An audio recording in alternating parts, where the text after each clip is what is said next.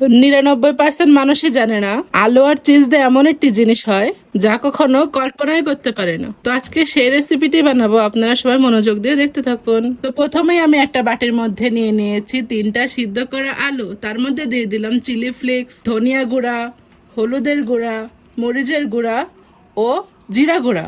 আর আপনারা তো জানেন লবণ ছাড়া তো কোনো কিছু হয়ই না, তাই স্বাদ মতো লবণ। তো বন্ধুরা এবার ভালো মতো মিক্স করে নেব হাতের সাহায্যে। ভালো মতো মিক্স করে নিতে হবে যেন দানা দানা না থাকে। এভাবেই আমি হাতের সাহায্যে সুন্দর মতো আলুটা ভর্তা করে নেব।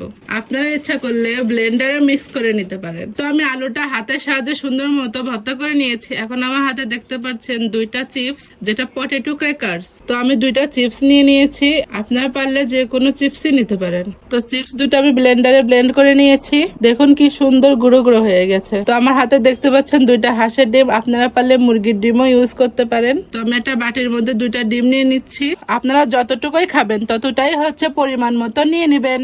তো দিয়ে দিচ্ছি আমি শুকনো মরিচের গুঁড়া, এটা আমি ব্লেন্ডার করে রেখে দিয়েছিলাম। হালকা পরিমাণ ধনিয়া করে দেওয়ার পরে দিয়ে দিলাম লবণ। এবার ভালো মতো মিক্স করে নেব। বন্ধুরা আমি চামচের সাহায্যে মিক্স করে নিচ্ছি, আপনারা পারলে হাত দিয়ে মিক্স করে নিতে পারেন। তো সুন্দর মতো মিক্স করে নিয়ে নিলাম। তোমার সবগুলো উপকরণ ভালো মতো সুন্দর মতো গোছানো শেষ।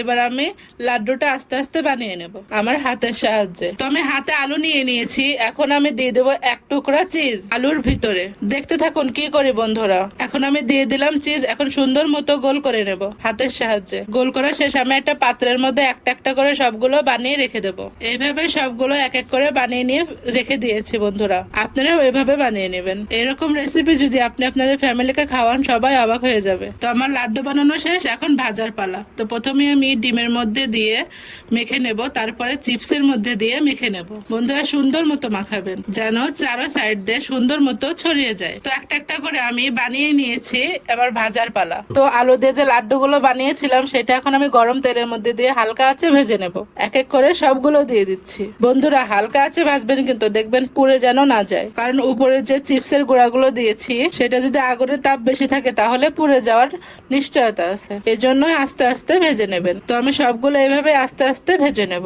বন্ধুরা দেখুন দেখতে কিন্তু দারুণ লাগছে, মনে হচ্ছে অনেক সফট হয়েছে। তো বন্ধুরা ধৈর্য ধরে দেখতে থাকুন, আমি আস্তে আস্তে সবগুলো ভেজে নিচ্ছি। তো বন্ধুরা দেখুন অবশেষে আমার লাড্ডুগুলো ভাজা হয়ে গেছে। এখন আমি একটা পাত্রে সবগুলো লাড্ডু তুলে নিচ্ছি। তো বন্ধুরা দেখুন কত সুন্দর হয়েছে। তো এবার দেখুন আমি ভেঙে দেখা, ওয়াও বন্ধুরা দেখুন কি সুন্দর। তো বন্ধুরা এরকম ভিডিও পেতে চাইলে আমাদের ফেসবুক পেজ এবং ইউটিউবে ফলো এবং সাবস্ক্রাইব করে রেখে দিন। ধন্যবাদ বন্ধুরা।